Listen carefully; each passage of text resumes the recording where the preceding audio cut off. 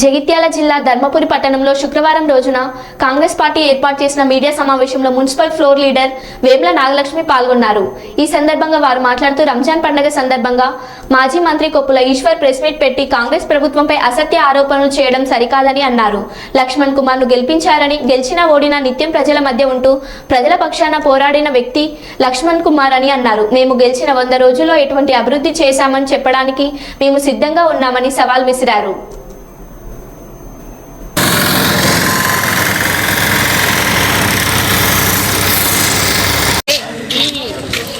సమ్మర్లో ఏదైతే water problem ధర్మపూర్లో వస్తుందో సో ఇటువంటి ప్రాబ్లము రాకూడదని చెప్పేసి దాదాపు 71 లక్షల రూపాయలు కలెక్టర్లో శాంక్షన్ చేపించి అన్న మిషన్ భగీరథ పనులు లక్ష్మణ్ కుమార్ అన్న గారు మిషన్ భగీరథ పనులు అనేటువంటి మళ్ళీ రీస్టార్ట్ చేయించారు. ఉపయోగంగా ఇన్ని కోట్ల ఖర్చు చేసే బదులు ఎక్కడైతే ప్రజలు నివసిస్తారో, ఎక్కడైతే అంటే అట్లీస్ట్ ఒక మున్సిపాలిటీలో మనం కల్పించాల్సినటువంటి కనీస సదుపాయాలు ఇవి సౌకర్యాలు ప్రజలకు, అట్లాంటి వాటి మీద మనకు దృష్టి ఉండదు.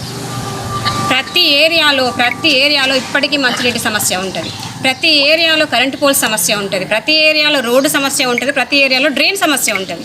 ఇక మీరు చేసిన అభివృద్ధి ఏంది? జనాలు నన్ను మర్చిపోయేట్టు చెయ్యండి అని అంటారు. మిమ్మల్ని ఎప్పుడో మర్చిపోయారు సార్. మర్చిపోతేనే ఈరోజు లక్ష్మణ్ కుమార్ అన్న గెలిచిండు. ఎప్పుడో మర్చిపోతేనే ఈరోజు లక్ష్మణ్ కుమార్ అన్న అంత భారీ మెజార్టీతో గెలిచిందని చెప్పేసి మేము చెప్తున్నాము. ఇంకా లక్ష్మణ్ కుమార్ అన్న మీ ఆస్తులు లెక్కబెట్టడానికి గెలవలేదు. లక్ష్మణ్ కుమార్ అన్న ఒక ఎమ్మెల్యేగా ప్రజలకు ప్రతినిత్యం ఆయన ఓడిపోయినా కూడా గత 10 సంవత్సరాల నుంచి ప్రజల మధ్యనే ఉన్నాడు. ప్రజలకు ఏ అవసరం వచ్చినా ఎటువంటి కార్యక్రమం అయినా వస్తున్నాడు. ఆయన ఓడిపోయినా వచ్చిండు. ప్రస్తుతం గెలిచిన తర్వాత కూడా ఈ 3 నెలల నుంచి అన్న ప్రజల మధ్యలోనే ఉంటుండు. మార్నింగ్ దాదాపు ఇక్కడ ఉండేటువంటి మీ పాత్రికేయ మిత్రులకు అందరికీ తెలుసు, ఇక్కడ ఉండేటువంటి ప్రజలకు కూడా తెలుసు. ప్రొద్దున 5 గంటలకు అన్న దగ్గరకు వస్తారు. 5 గంటల నుంచి మొదలు పెడితే నైట్ పడుకునే 11 o'clock మట్టుకు ఇక్కడికి వచ్చినటువంటి ప్రజలు ఎవరైతే ఉన్నారో వాళ్ళు ఏ పార్టీ అని చూడడు. ఈవెన్ మీ బీఆర్ఎస్ పార్టీ వాళ్ళు కూడా వచ్చి పని అడిగితే చేసి పెట్టేటువంటి ఉదార స్వభావం మన లక్ష్మణ్ కుమార్ అన్నది. ఆయన గురించి ఈరోజు మీరు మాట్లాడతారు. మీ బీఆర్ఎస్ పార్టీ వాళ్ళు వచ్చి అడిగినా కూడా ఆ పనిని కాదని లేదు. ఏ కులమని చూడలేదు, మతమని చూడలేదు, పార్టీ అని చూడలేదు, ఏ ఊరు అని కూడా చూస్తలేడు అన్న. Till morning 5 to night 11 o'clock వరకు ఆయనకు సాధ్యమైనంత మట్టుకు అక్కడికక్కడే సమస్యల్ని పరిష్కరిస్తుంది. అటువంటి వ్యక్తి గురించి మీరు మర్చిపోయేట్టు చేసుకోండి, అది మీరు చెప్పాల్సిన అవసరం లేదు. జనాలకు ఆయన గుర్తున్నాడు కాబట్టి, ఆయన మంచితనం అట్లా ఉంది కాబట్టి ఈరోజు ఆయన నిజంగా 100% లక్ష్మణ్ కుమార్ అన్న ప్రజలకు అందుబాటులో ఉంటాడు, చేస్తాడు, మంచి పాలన ఆయన ప్రజలకు అందిస్తాడని చెప్పేసి ఈ పాత్రికేయుల ముఖంగా మేము ప్రజలకు విన్నవించుకుంటున్నాం. అట్లాగే నిన్న ఎవరైతే మాట్లాడారో ఆ నాయకులకు అందరికీ కూడా మేము ఘంటాపాదంగా చెప్తున్నాం. ఖచ్చితంగా లక్ష్మణ్ కుమార్ అన్న ప్రజలకు అందుబాటులో ఉంటాడు. ఆయన ఇచ్చేటువంటి పరిపాలనలో ఎవ్వరు కూడా గుర్తుకురారు. ఆయన్నే గుర్తుంటాడు. ఇంకో 10 ఏళ్ళు పాటు కూడా ఆయన ప్రజల మదిలో గుర్తుండిపోయేలాగా ఆయన యొక్క పరిపాలన చేస్తాడని చెప్పేసి చెప్తున్నాం. ఇంకా ప్రజలు గవర్నమెంట్ రాగానే ఇది అసమర్థంగా ఉంది, తెలిసిపోతుంది, అది ఇది అని చెప్పేసి చెప్తున్నారు. గెలిచిన 100 రోజుల లోపల మేము చేసిన ఏందో మేము చెప్తాం. ప్రభుత్వం అధికారంలోకి రాగానే ఇక్కడ ఉండేటువంటి సామాన్య ఆడపడుచులకి ఉచిత బస్సు ప్రయాణం అనేటువంటిది కల్పించింది.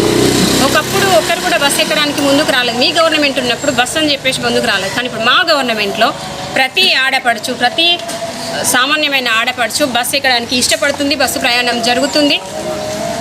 అది మీరు చూస్తూనే ఉన్నారు. ఇంకా రాజీవ్ ఆరోగ్యశ్రీ అనేటువంటిది 5 లక్షల నుంచి 10 లక్షల వరకు పెంచడం అనేటువంటిది జరిగింది. ఇంకా 200 యూనిట్ల లోపు కరెంట్ అనేటువంటిది ఫ్రీగా ఇవ్వడం జరుగుతుంది. 500కే సిలిండర్ ఇవ్వడం జరుగుతుంది. ఏదైతే మీ హయాంలో వదిలేసినటువంటి ఉద్యోగ రిక్రూట్మెంట్స్ అన్నీ కూడా ప్రస్తుతం ఇవ్వడం జరుగుతుంది. ఇంకా మీ బీఆర్ఎస్ పార్టీ నాయకుల యొక్క అవినీతి అనేటువంటిది ఎస్పెషల్గా బట్టబయలు చేయడం జరుగుతుంది. ఇంతకు మించి ఒక గవర్నమెంట్ ఏం చేస్తుందండి? గవర్నమెంట్ ఏం చేస్తుంది అని అంటారు.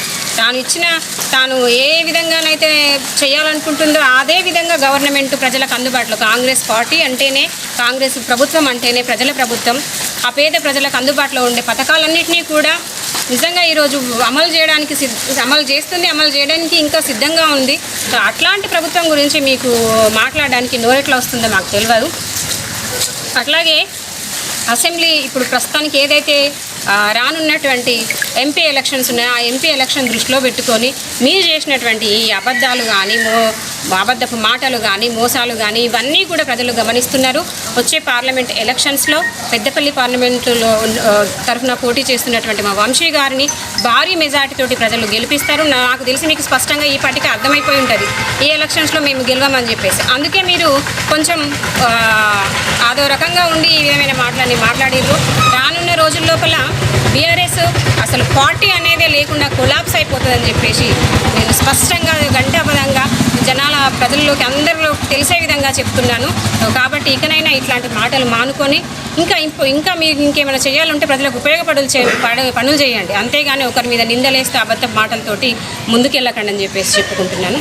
Thank you.